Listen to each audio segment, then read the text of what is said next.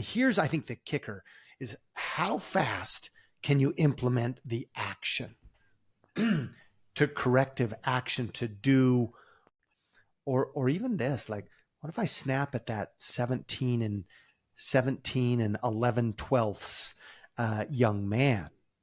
Forget about man out there, right? Like it makes a difference to them too.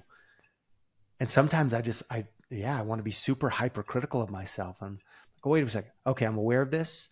I'm going to evaluate. Okay, here's what it means. Like it sucks. Like I screwed up. Okay, but what am I going to do about, like, I am not, like, it's so critical to get from step 2 to step 3 immediately. Don't get stuck there in the evaluation standpoint, because if we just get in that circle, listen, like I've screwed up so much as a dad, you know, I mean, I really have, because I've screwed up as a human. It's called being human.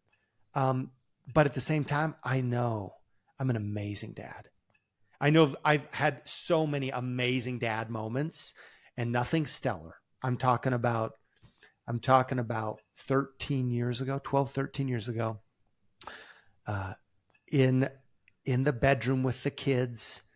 It was the 3 youngest at that time. And so they would have been, okay, Kate's 22.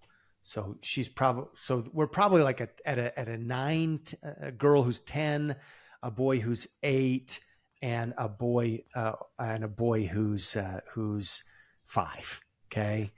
And it's reading time. And so we're pulling out, what are we reading?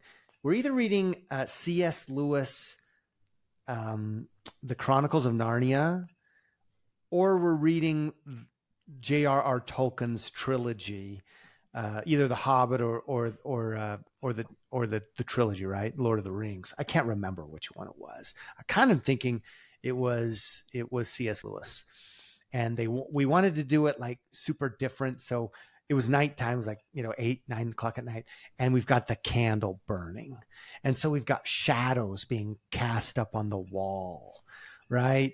And we're sitting here reading, and that's a memory that I can't lose. That was maybe a stellar dad moment, but in the moment, it was just reading, with maybe reading, and all we did was literally take it one step further, right? But if you're in the slump, then it's not about doing all 4 today.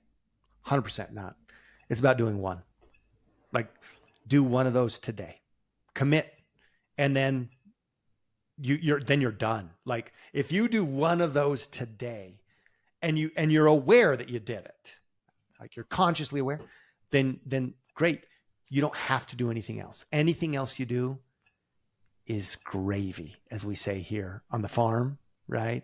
It's overtime. It's extra. It's on top of. And then tomorrow, do it again. And what you'll do is you'll literally create a tiny habit, and you'll say, wait a second. There's so much fun. There's so much investment. There's so much good that I'm doing here. I can do more. And then you'll get yourself to where you could be cranking you get on a streak. I've done for the last 7 days. I've done all 4 of these things. And then you start to catch a momentum, right? Just do one.